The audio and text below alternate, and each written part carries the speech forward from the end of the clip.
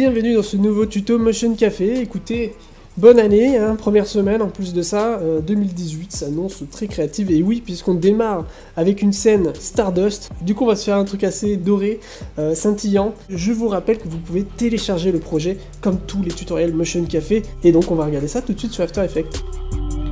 Donc on commence avec une composition simple, 1920-1080, je mets un solide de fond. Voilà, à titre d'exemple, je vais garder cette couleur de fond pour l'ensemble du tutoriel et je crée un nouveau solide Stardust, solide blanc, comme ça il se repère plus facilement dans la timeline. Et c'est sur ce solide qu'on va aller chercher le plugin Stardust. Donc Stardust, quand il arrive, c'est comme particular, hein, c'est très simple, on a des particules qui arrivent en un centre. Donc on a ici la fenêtre nodale de Stardust avec deux modules, émetteur et particules. Et si je vais sur le module émetteur, donc on va choisir le type d'émission de particules. Et là on va choisir en boîte et pas à partir d'un point. Donc j'ai une boîte qui arrive, ici j'annule la vitesse de mes particules, au moins on aperçoit notre boîte. Et je peux ici changer la taille de ma boîte, ici en X, Y, Z, je touche les valeurs Z, donc la profondeur. Et je rajuste X et Y pour diminuer ma boîte. Donc j'ai augmenté considérablement la valeur en Z. Donc si je me mets en vue de haut, je vais activer les caméras pour pouvoir valider cette option. Donc ici, hop, je crée une caméra par défaut After Effects. Et ma vue de haut s'active et on peut voir en effet que j'ai bien une boîte où la valeur en profondeur, donc Z, a bien été augmentée considérablement. Je vais me remettre sur ma caméra active et ceci va me permettre de pouvoir replacer et créer un tunnel. Donc à partir de ça, on a une petite boîte en profondeur. Vous voyez que si je déplace l'origine d'émission, on constate très bien la profondeur. Donc je me mets comme ça sur le côté et je vais aller chercher un module qui s'appelle Replica, que je vais lier à mes particules. Et Replica va me permettre tout simplement de répliquer. Ici, je vais mettre 30 fois. Et je vais répliquer 30 fois et définir un offset, donc ici en angle, donc je vais faire l'angle Z, et vu que j'ai répliqué 30 fois, je vais mettre 15 degrés, et tout ça va me permettre d'avoir une boucle, une sphère, et donc finalement un tunnel, puisque nous avions une boîte avec une large profondeur. Donc ici j'ajoute un petit module transform qui va me permettre d'avoir le contrôle général sur le placement, l'échelle.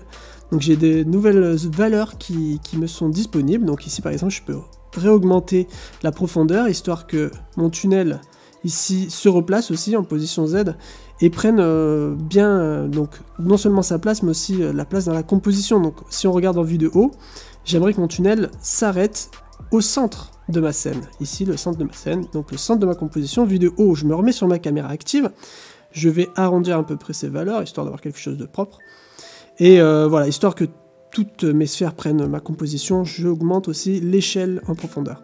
Donc voilà, là très simplement, on a un tunnel. Maintenant on va le rendre un peu plus naturel avec une boîte de turbulence.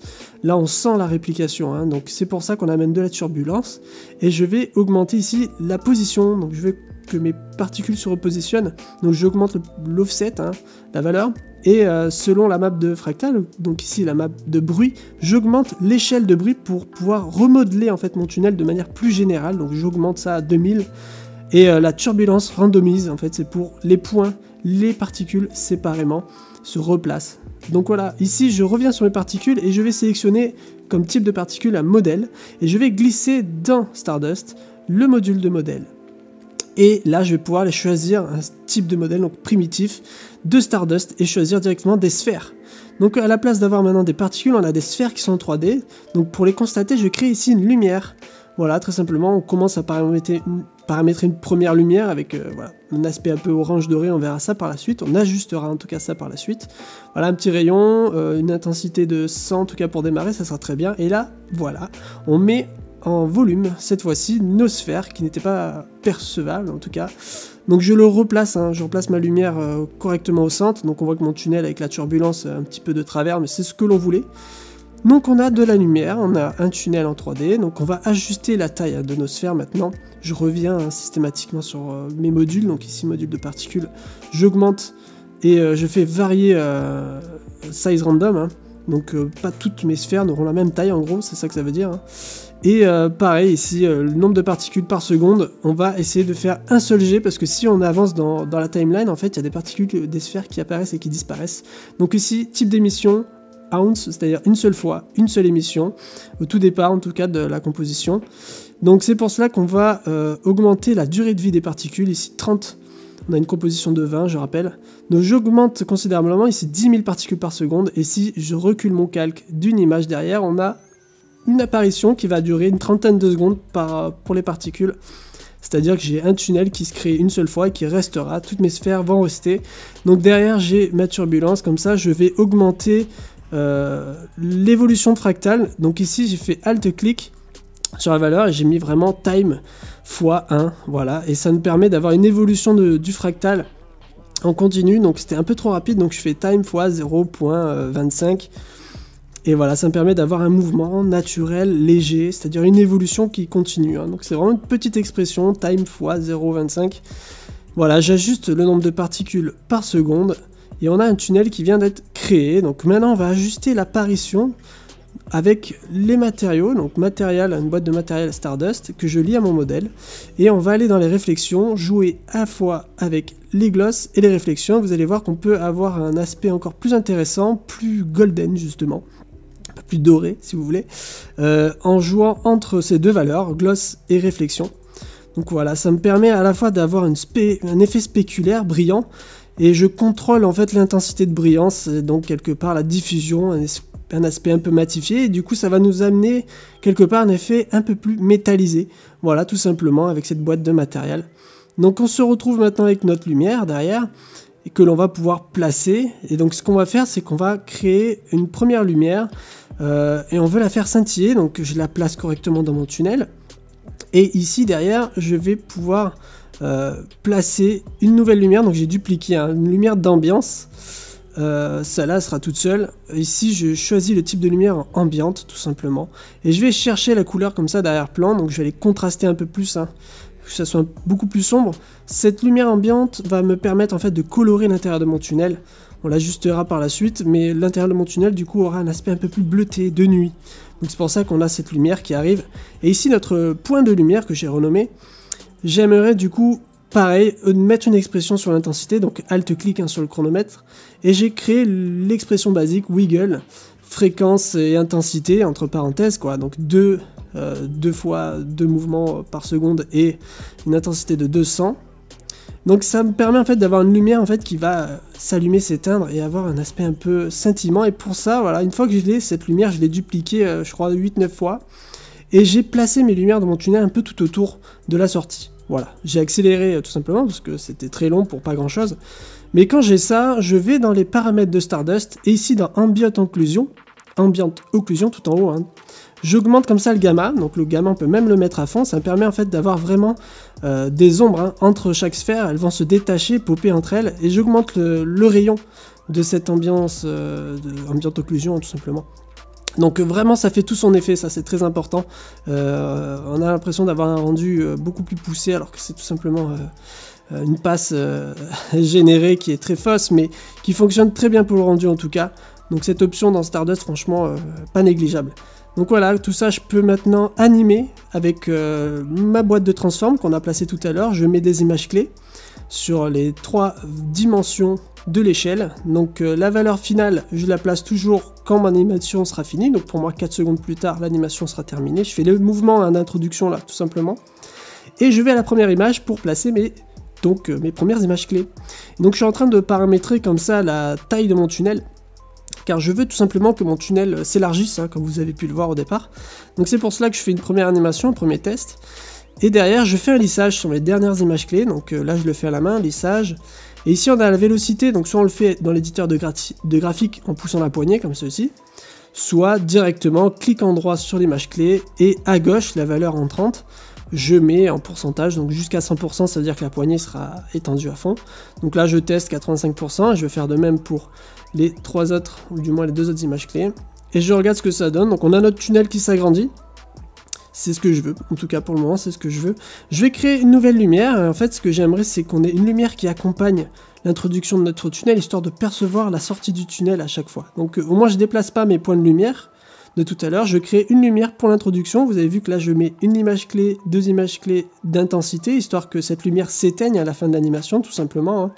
Donc pareil, un petit lissage, petite vélocité, comme tout à l'heure. Donc là je vais me mettre sur 95 histoire de ne pas avoir un saut trop puissant. Donc bon, vous faites comme vous voulez, hein. C'est comme vous le sentez dans tous les cas les lissages. Et ici, ma lumière d'intro, je fais un petit mouvement de position. Vous voyez qu'au plus je le recule dans le tunnel, au plus on va pouvoir constater, percevoir les parois du tunnel, quoi. Donc ce que je fais, c'est que je fais juste un petit mouvement sur la fin du tunnel, histoire vraiment que ça accompagne l'introduction. Et voilà, lorsque j'ai tout ça, maintenant je peux agrandir l'ouverture du tunnel, parce que c'était quand même très très petit. Quand je vais mettre mon texte à la fin, on va plus rien y voir. Donc je déplace pour cela l'émission. La boîte que l'on avait créée, je la déplace un peu plus sur la droite et j'augmente la taille de ma boîte. C'est vraiment le premier paramètre qu'on a fait au tout début du tutoriel, c'est tout ce que j'ai fait. J'ai augmenté la boîte et déplacé l'émission sur la droite, ça a augmenté mon tunnel puisque derrière c'est naturellement répliqué. Et voilà, pareil, ma caméra, je mets 2 images clés sur la position rotation en Z, je viens au départ et je fais une petite rotation à 45 degrés en arrière. Et je vais reculer sur la 3e valeur de position, hein, X, Y, Z, je rappelle. Donc là, je recule en profondeur dans mon tunnel. Et là, je vais reculer de façon à voir jusqu'où est la fin de mon tunnel, tout simplement. Je vais regarder par moi-même. Là, je vois la fin. Donc je re-rentre un petit peu dedans. Petit lissage en accéléré. Et je déplace le mouvement de transformation de ma boîte de tunnel, histoire d'avoir une profondeur sur mon tunnel à la fin. Donc là, voilà, j'ai un petit mouvement qui s'est fait, et pour finir tout ça, je vais créer un calque d'effet ici, vignettage. Je mets un effet niveau, alors c'est vraiment la correction par défaut, hein, très très simple. Donc je mets un petit niveau que je contraste, donc là on voit pas trop ce que je fais, c'est pour ça que je vais enlever des calques derrière. Je place un masque, une ellipse par-dessus, je double-clique, hein, je sélectionne les ellipses, en double-cliquant ça va se coller tout simplement jusqu'aux parois de ma composition. Je soustrais ce masque pour faire apparaître les niveaux, le contraste sur les bords. Vous voyez que lorsque j'enlève le tunnel, on voit bien ça sur le fond. Je mets donc un masque progressif, peut-être bien élevé, 500-600, on verra. Et ça, en fait, ça par-dessus mes éléments, ça va venir accentuer l'effet de profondeur sur mon tunnel. C'est-à-dire si je regarde comme ça mon tunnel, on a vraiment...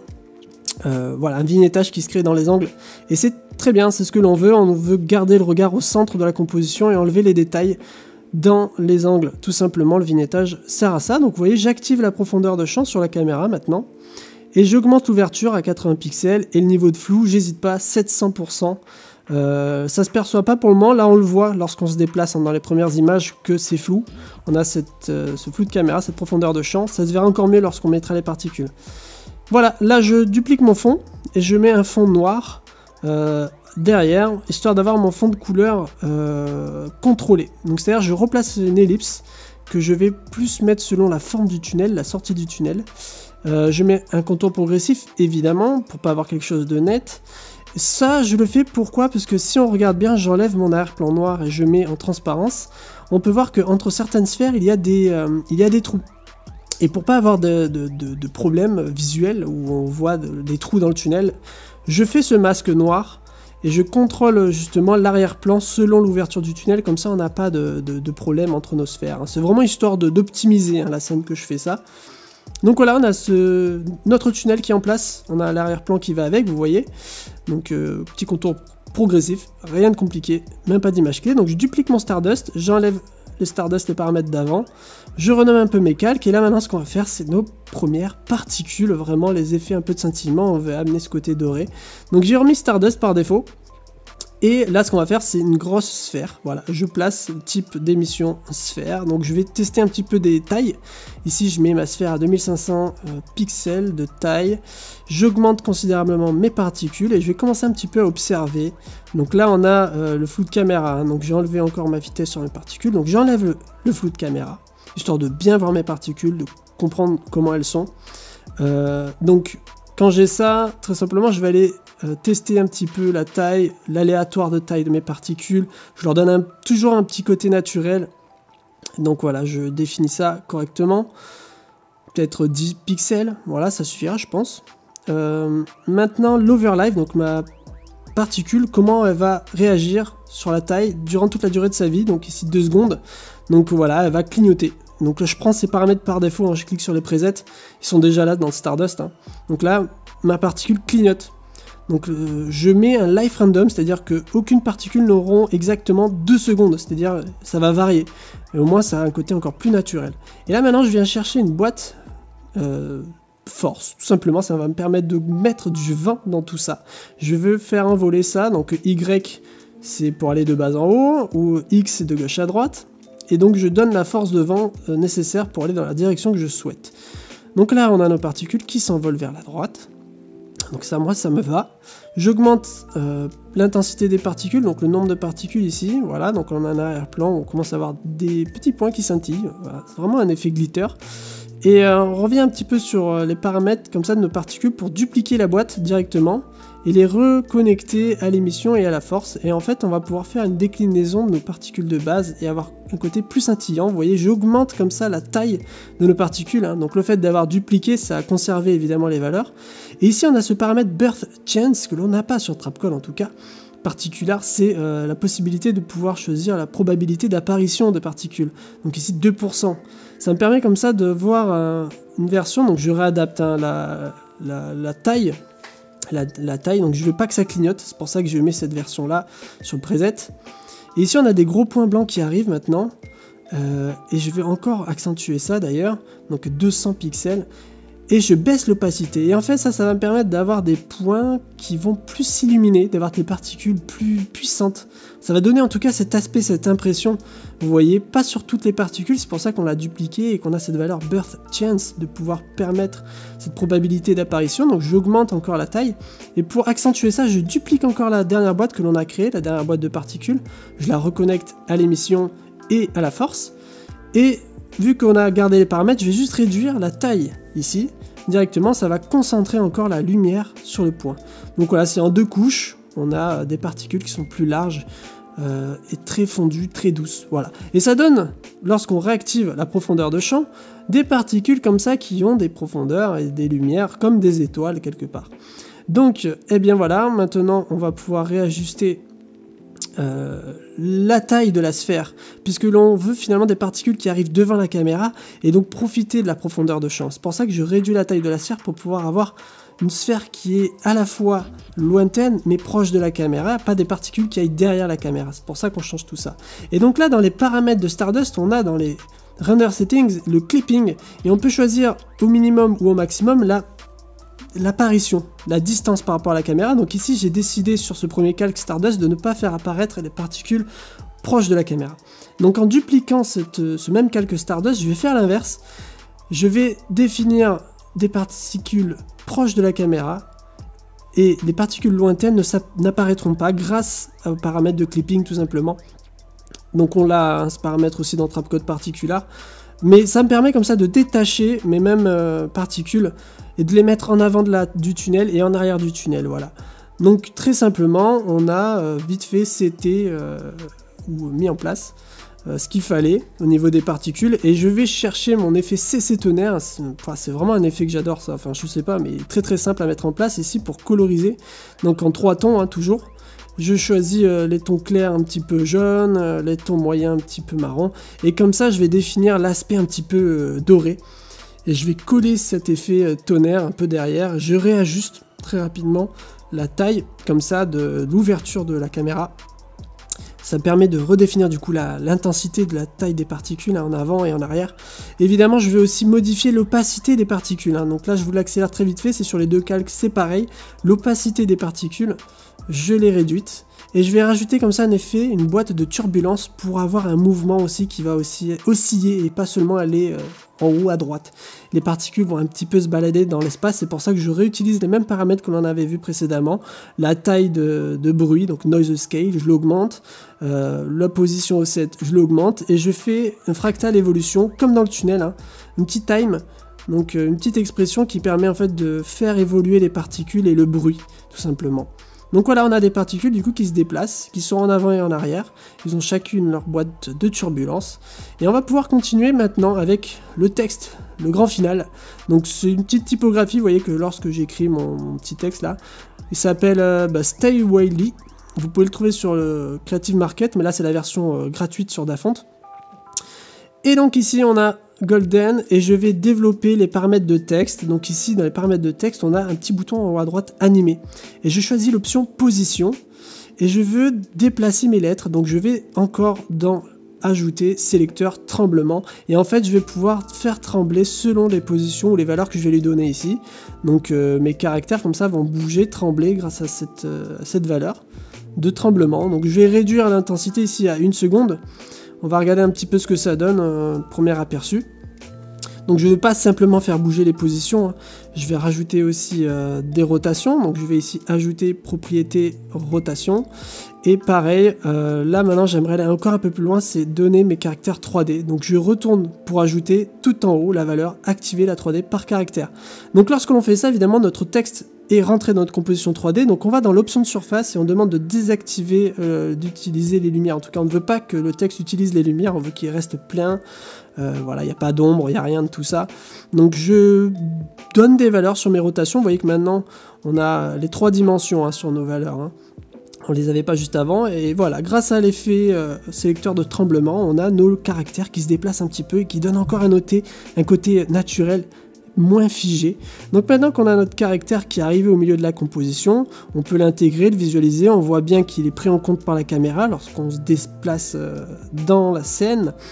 Donc pareil, je réajuste un petit peu les couleurs, c'était un petit peu trop orange pour moi, donc j'accélère ce process qui est très très simple. À vous de le faire, à chaque fois de réajuster les couleurs, les lumières. Et donc là ce que je fais c'est, je vais aller chercher un nouveau calque où je vais réappliquer un nouveau Stardust. Mais cette fois-ci on va se concentrer sur le texte, donc je vais aller chercher Stardust sur mon nouveau solide, et je vais aller dans émission et on va dire d'émettre selon un texte ou un masque, mais ici ça sera un texte, donc je vais aller chercher donc juste les valeurs en dessous, Layer Properties, Golden, voilà, je cherche mon calque Golden. On peut voir que je peux choisir d'émettre ou sur les bords ou sur tout le volume. Donc pour le moment, on met sur les bords, j'enlève la vitesse des particules. Bon, les particules restent autour de mon texte. Et on peut voir comme ça très rapidement qu'on a des particules qui sont accrochées aux lettres. Ça marche très très bien. Et donc voilà, on va paramétrer un peu les particules, l'overlife, donc la taille selon la durée de vie.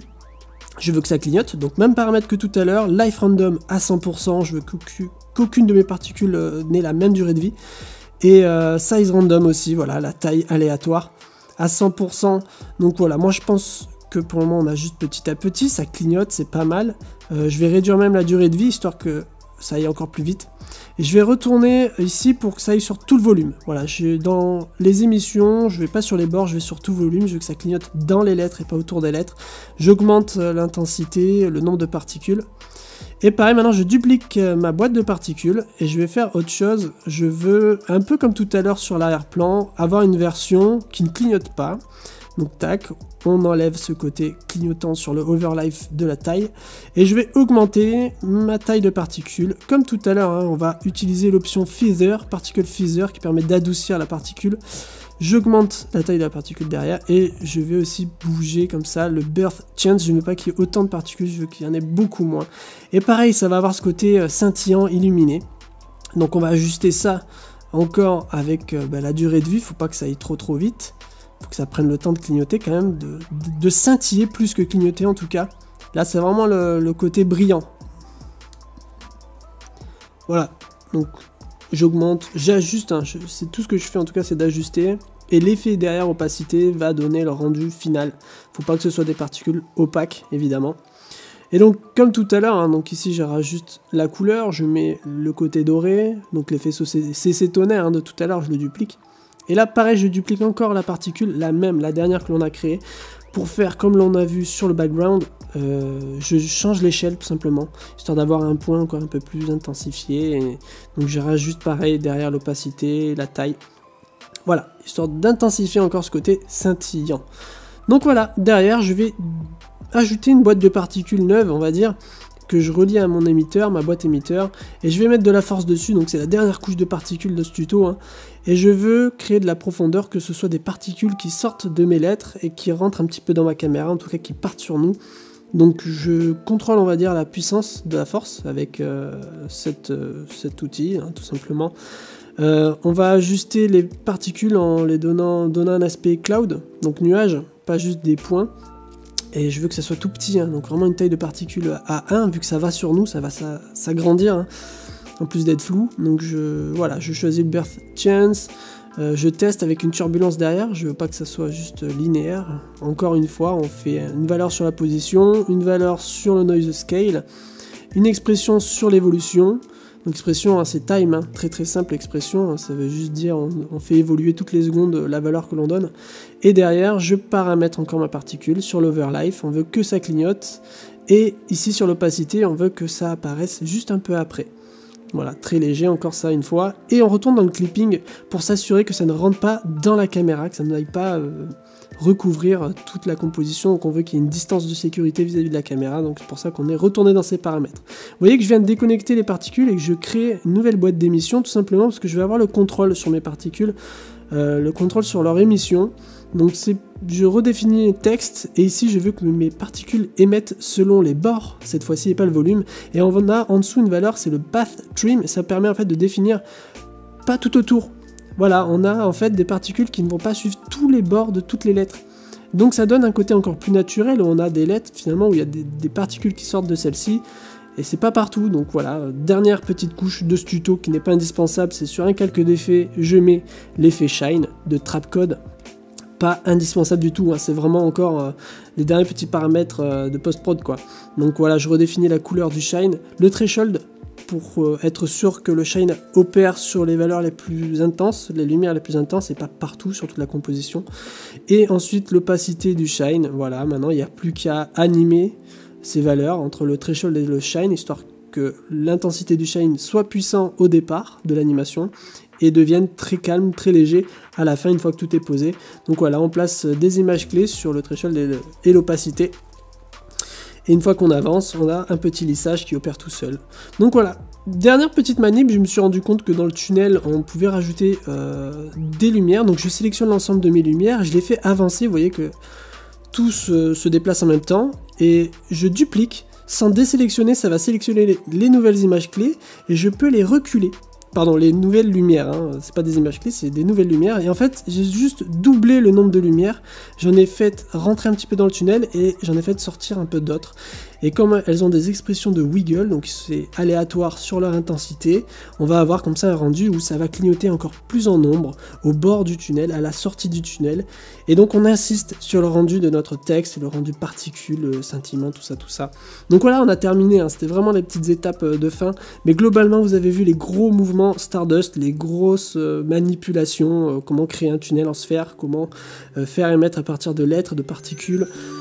Avant que l'on se quitte, j'ai un petit message particulier à vous faire passer, c'est que Motion Café, ce n'est pas la petite équipe ou ma tête ou quoi que ce soit, mais Motion Café, c'est une communauté. Et donc si vous êtes un artiste, vous avez déjà un bagage artistique, un univers à vous, vous avez des choses à proposer, des tutoriels à faire ou des scènes, venez nous contacter parce que vous pouvez certainement avoir votre place sur la chaîne et venir proposer une vidéo à vous. Parce que c'est intéressant, l'idée c'est de pas être que nous, c'est aussi de vous mettre en avant et faire des choses assez exclusives pour la communauté, c'est plutôt cool. Donc voilà, c'était le petit message. N'oubliez pas, ce projet là de tutoriel, vous pouvez le télécharger sur le site web comme tous les tutos Motion Café. Si vous n'avez pas Stardust, il est en version d'essai gratuit. Vous pouvez toujours tester les projets malgré tout, même si vous ne mettez pas 1 €, c'est très cool.